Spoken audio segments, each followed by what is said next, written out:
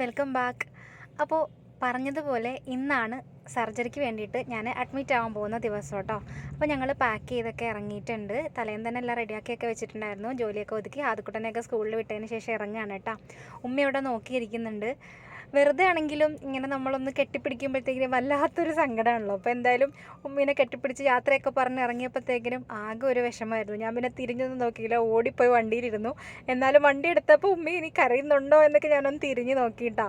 നമുക്ക് അങ്ങനെ ഇപ്പോൾ എന്തെങ്കിലും ഒരു വെറുതെ ആണെങ്കിലും നമ്മൾ ഒന്ന് കെട്ടിപ്പിടിക്കുമ്പം ഭയങ്കരമായിട്ട് ഇമോഷണൽ ആവുമല്ലോ. അതെപ്പോഴാണെങ്കിലും അങ്ങനെ ആയിരിക്കും. പ്രത്യേകിച്ച് ഇങ്ങനത്തെ ഒരു കാര്യത്തിനൊക്കെ വേണ്ടി പോകുമ്പോഴത്തേക്കിനും എന്താ പറയുക, വല്ലാത്തൊരു ഫീലിംഗ് ആയിരുന്നു കേട്ടോ. അടുത്ത് കുറേ ദിവസങ്ങളായിട്ട് ഞാനിങ്ങനെ ഓരോരോ കാര്യങ്ങൾ ഇങ്ങനെ പറഞ്ഞുകൊണ്ടിരിക്കുകയാണ്.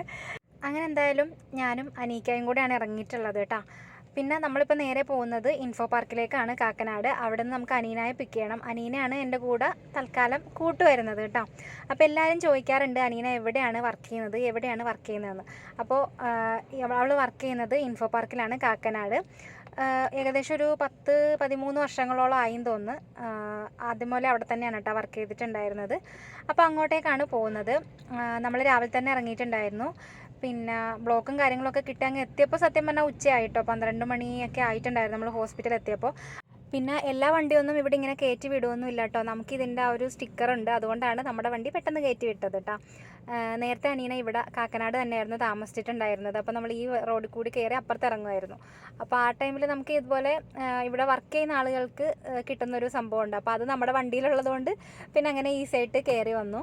അപ്പോൾ നമ്മൾ പോകുന്നത് കൊടുങ്ങല്ലൂർ ക്രാഫ്റ്റിലേക്കാണ് കേട്ടോ. നമ്മളിവിടെ എറണാകുളം ക്രാഫ്റ്റിലായിരുന്നു കാണിച്ചിട്ടുണ്ടായിരുന്നത്. അവിടുന്ന് നമ്മൾ പോകുന്നത് അവിടുത്തെ സർജറി പ്രൊസീജിയറൊക്കെ കൊടുങ്ങല്ലൂർ ക്രാഫ്റ്റിലാണ് കേട്ടോ ചെയ്യുന്നത്. അപ്പോൾ അതുകൊണ്ടാണ് നമ്മൾ അവിടെ പോയിട്ട് ചെയ്യുന്നത്. പിന്നെ ഞങ്ങൾ ഒരു 3-4 ഹോസ്പിറ്റൽ മാറി മാറി കാണിച്ചിട്ടുണ്ടായിരുന്നു. അതിന് ശേഷമാണ് ഇത് ചെയ്യാം എന്നുള്ള ഡിസിഷൻ എടുത്തത് കേട്ടോ. കുറച്ച് നാളായിട്ട് ഇതിങ്ങനെ പറഞ്ഞെങ്കിലും നമ്മൾ പോട്ടെ, എൻ്റെ പേടി കൊണ്ടും കാര്യങ്ങൾ കൊണ്ടും ഇങ്ങനെ മാറ്റി വിട്ടിരുന്നതാണ്. ശരിക്കും പറയുവാണെങ്കിൽ ഞാൻ ആയുർവേദത്തിലും ഹോമിയോയിലും ഒക്കെ കാണിച്ചിട്ടുണ്ടായിരുന്നു കേട്ടോ. എങ്ങനെയെങ്കിലും മരുന്ന് കഴിച്ചിട്ട് എങ്ങനെയെങ്കിലും അഡ്ജസ്റ്റ് ചെയ്ത് മാറ്റാൻ പറ്റുമോ എന്നറിയാൻ വേണ്ടിയിട്ട്. പക്ഷെ എല്ലാവരും ഒരുപാട് ഇനിയിപ്പം മരുന്ന് കഴിച്ച് മാറിയാൽ തന്നെ ചിലപ്പോൾ 3-4 വർഷമൊക്കെ എടുക്കും എന്ന് പറഞ്ഞു. അങ്ങനെ പിന്നെ ഞങ്ങൾ കൊടുങ്ങല്ലൂർ ഏകദേശം എത്താനായ ടൈമിൽ ഫ്രൂട്ട് ബേയിൽ കയറിയിട്ടുണ്ടായിരുന്നു. എനിക്കാണെങ്കിൽ ഒന്നും തന്നെ ഇറങ്ങുന്നുണ്ടായിരുന്നില്ല കേട്ടോ. ഞാനൊരു വാട്ടർമെലൺ ജ്യൂസാണ് പറഞ്ഞിട്ടുണ്ടായിരുന്നത്. പിന്നെ അവർക്ക് ഫ്രൂട്ട് സലാഡും ജ്യൂസും ഒക്കെ അവരൊക്കെ ഓർഡർ ചെയ്തിട്ടുണ്ടായിരുന്നു കേട്ടോ. എനിക്കൊന്നും തന്നെ ഇറങ്ങുന്നുണ്ടായിരുന്നില്ല. സത്യം പറഞ്ഞാൽ രാവിലെ പോലും മര്യാദക്ക് ഭക്ഷണം കഴിക്കാൻ പറ്റുന്നുണ്ടായിരുന്നില്ല കേട്ടോ. സത്യം പറഞ്ഞു കഴിഞ്ഞാൽ പുറമേ ഞാൻ ഭയങ്കര ധൈര്യശാലിയും കാര്യങ്ങളൊക്കെ ആണെങ്കിലും സൂചി എന്ന് പറയുന്ന കാര്യം എനിക്ക് ഭയങ്കര പേടിയാണ് കേട്ടോ. ഇഞ്ചക്ഷൻ വെക്കൽ കാര്യങ്ങളൊക്കെ എനിക്ക് ഭയങ്കര പേടിയാണ്. അപ്പോൾ ഒരു ഓപ്പറേഷനിലേക്ക് പോകുമ്പോഴത്തേക്കിനുള്ള അവസ്ഥ അറിയാമല്ലോ. പിന്നെ എന്തായാലും നമ്മളങ്ങനെ ഹോസ്പിറ്റലെത്തിയപ്പോൾ ഞാൻ പറയായിരുന്നു നമുക്ക് തിരിച്ചു പോയാലോ, ഇപ്പം തന്നെ ചെയ്യണോ, എനിക്ക് പ്രത്യേകിച്ചൊരു കുഴപ്പമില്ലല്ലോ എന്നുള്ള രീതിയിലൊക്കെ ഞാൻ പറഞ്ഞുകൊണ്ടിരിക്കുകയായിരുന്നു കേട്ടോ. അങ്ങനെ എന്തായാലും നമ്മുടെ വെയിറ്റ് ഹൈറ്റ് കാര്യങ്ങളെല്ലാം നോക്കി നമ്മൾ ആദ്യത്തെ ഒരു ഡോക്ടർ 2-3 ഡോക്ടേഴ്സിനെ കാണാനുണ്ടായിരുന്നു.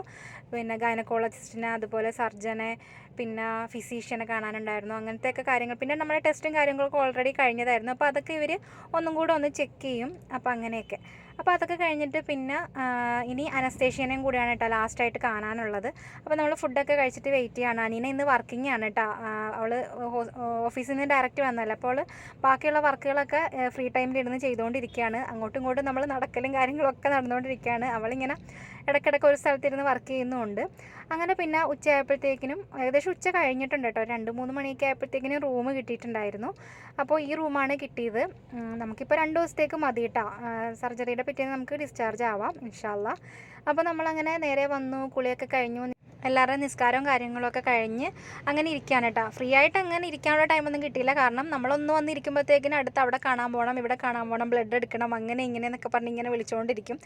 അപ്പോൾ എന്തായാലും പിന്നെ നമ്മൾ രാത്രി ഒന്ന് പുറത്തിറങ്ങി നടന്നിട്ടൊക്കെ ഉണ്ടായിരുന്നു കേട്ടോ. നമ്മൾ വെറുതെ ഹോസ്പിറ്റലിൻ്റെ പുറത്തൊക്കെ ഒന്ന് നടന്നിട്ടുണ്ടായിരുന്നു. അപ്പോൾ ഇപ്പോൾ എന്തെങ്കിലും കുറച്ച് ലഘുവായിട്ട് കഴിച്ചാൽ മതി എന്നാണ് പറഞ്ഞിട്ടുണ്ടായിരുന്നത്. അപ്പോൾ ഇന്ന് രാത്രിയും കൂടെ ഉള്ളൂ എനിക്ക് ഭക്ഷണം. ഇനി ഭക്ഷണം കഴിക്കണമെങ്കിൽ പിറ്റേന്നാവണം. അപ്പോൾ ഞാനൊരു ദോശ കഷ്ടപ്പെട്ട് കഴിച്ചിട്ടുണ്ടായിരുന്നു. ഞാൻ പറഞ്ഞല്ലോ, ഈ എന്തെങ്കിലും ഒരു ഇത് കയറി കഴിഞ്ഞ് കഴിഞ്ഞാൽ പിന്നെ ഭക്ഷണം ഇറങ്ങുന്നത് ഭയങ്കര പാടാണ്. ഇപ്പം നമ്മൾ ഏകദേശം 10 മണിയോളം ആയിട്ടുണ്ട്. നമ്മൾ അനസ്തേഷ്യ ഡോക്ടറെ കാണാൻ വേണ്ടിയിട്ട് ഇരിക്കുകയാണ് കേട്ടോ. അപ്പോൾ ഈ ടൈമിൽ നമ്മൾ നേരത്തെ കടയിൽ പോയിട്ട് വെള്ളം വാങ്ങിച്ചിട്ടുണ്ടായിരുന്നു കുടിക്കാൻ. അത് ആ കടയിൽ തന്നെ വെച്ച് മറന്നു പോയിട്ടാ. അപ്പോൾ അനീന തിരിച്ചു പോയിട്ട് അത് വാങ്ങാൻ വേണ്ടിയിട്ട് പോയേക്കാണ്. പെട്ടെന്ന് ഇവിടെ ഡോക്ടറെ കാണാൻ ടൈമായെന്ന് പറഞ്ഞപ്പോൾ ഞങ്ങൾ വേഗം ഇങ്ങോട്ടേക്കും വന്നു. അപ്പോൾ അങ്ങനെ നമ്മൾ ഡോക്ടറെയൊക്കെ കണ്ടു. പിന്നെ പിറ്റേന്ന് 12 മണിക്കാണ് സർജറി പറഞ്ഞിട്ടുള്ളത് കേട്ടോ. നമ്മളോട് ഡേറ്റൊക്കെ സമയം അപ്പോഴാണ് പറഞ്ഞത്. പിന്നെ നേഴ്സ് വന്നു, ഒപ്പിടാനും കാര്യങ്ങളൊക്കെ ഉള്ളതൊക്കെ ഒപ്പിട്ടൊക്കെ ഇരിക്കുകയാണ്. ഇതിനകത്തൊക്കെ ഉള്ളത് വായിച്ചു കഴിഞ്ഞാണ്ടല്ലോ അവിടെ തലകറങ്ങി വീഴും ഞാൻ. എന്തായാലും കുറേ സൈനും കാര്യങ്ങളൊക്കെ ഉണ്ടായിരുന്നു.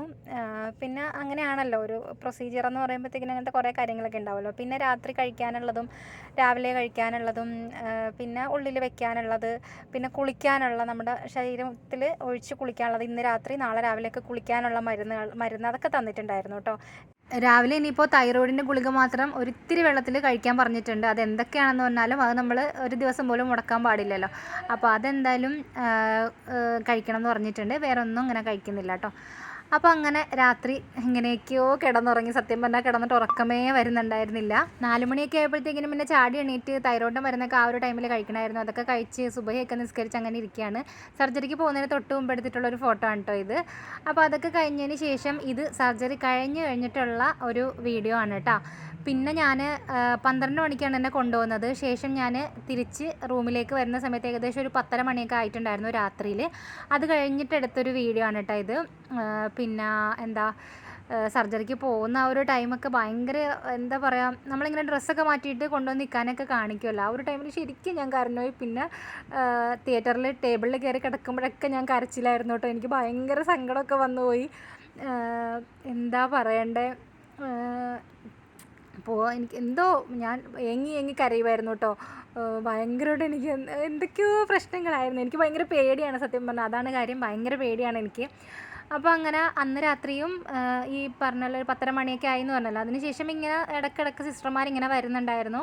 ട്രിപ്പൊക്കെ മാറി ഇടുന്നുണ്ടായിരുന്നു. അപ്പോൾ ഈ ഒരു ടൈമിലൊക്കെ എഴുന്നേൽക്കാനും കിടക്കാനൊക്കെ ഭയങ്കര ബുദ്ധിമുട്ടുണ്ടായിരുന്നു. കായും മനീനായും ഒന്നും ഉറങ്ങിയിട്ടില്ല കേട്ടോ. എനിക്ക് ഇടയ്ക്കിടയ്ക്ക് ഇങ്ങനെ ബാത്റൂമിൽ പോകാൻ തോന്നലും ഒക്കെ ആയിരുന്നു. അത് കൊണ്ടുപോകണമെങ്കിലും അവർ രണ്ടുപേരും കൂടെ എണീറ്റ് കാലൊക്കെ പൊക്കി വെച്ച് താത്ത് വെച്ച് അങ്ങനെയൊക്കെ ആയിരുന്നു കേട്ടോ. എനിക്ക് ഭയങ്കര കഷ്ടവും തോന്നി. പക്ഷേ എനിക്കാണെങ്കിൽ അങ്ങനെ ഒരു സഹായം ഇല്ലാണ്ട് പറ്റുന്നും ഉണ്ടായിരുന്നില്ല. ഇത് പിറ്റേന്ന് രാവിലെ ആകുമ്പോൾ നടക്കണം എന്ന് പറഞ്ഞു. ഞാൻ ഒരുമാതിരിയൊക്കെ എണീറ്റ് കൈയൊക്കെ പിടിച്ച് നടന്നു.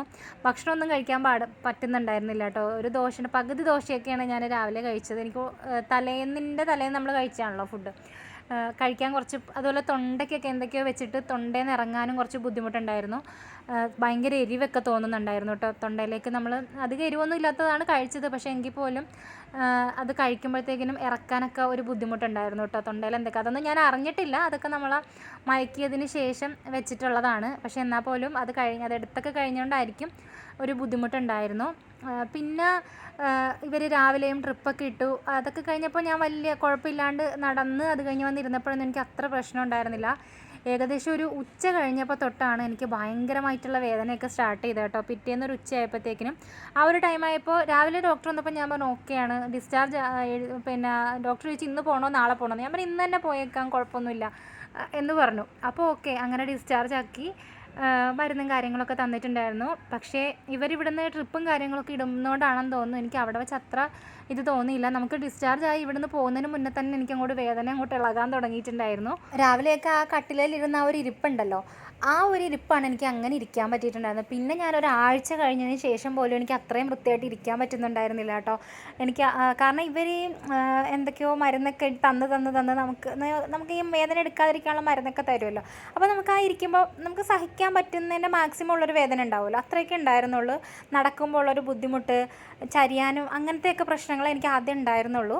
പക്ഷേ ഇതിൻ്റെ ആ ഒരു സെഡേഷനും ആ ഒരു മരുന്നിൻ്റെ ആ ഒരു എഫക്റ്റും ഒക്കെ കഴിഞ്ഞ് ഒരു ഉച്ച കഴിഞ്ഞപ്പോൾ തൊട്ടാണ് ശരിക്കും അങ്ങോട്ട് വേദന സ്റ്റാർട്ട് ചെയ്തു കേട്ടോ.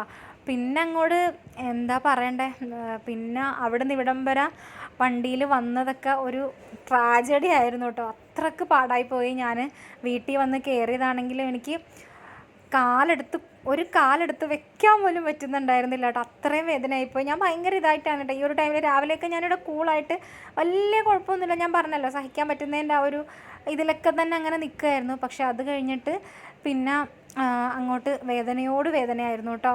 ഞാൻ ആദ്യം വിചാരിച്ചിരുന്നത് ആ ഒരു വേദനയുടെ ടൈം കഴിഞ്ഞു, പിറ്റേന്ന് ഉച്ചയൊക്കെ ആകുമ്പോഴത്തേക്കിനും വേദനയുടെ ടൈം കഴിഞ്ഞു എന്ന് വിചാരിക്കുന്ന സമയത്തു നിന്നാണ് എനിക്ക് വേദനയുടെ ഇത് സ്റ്റാർട്ട് ചെയ്തത്.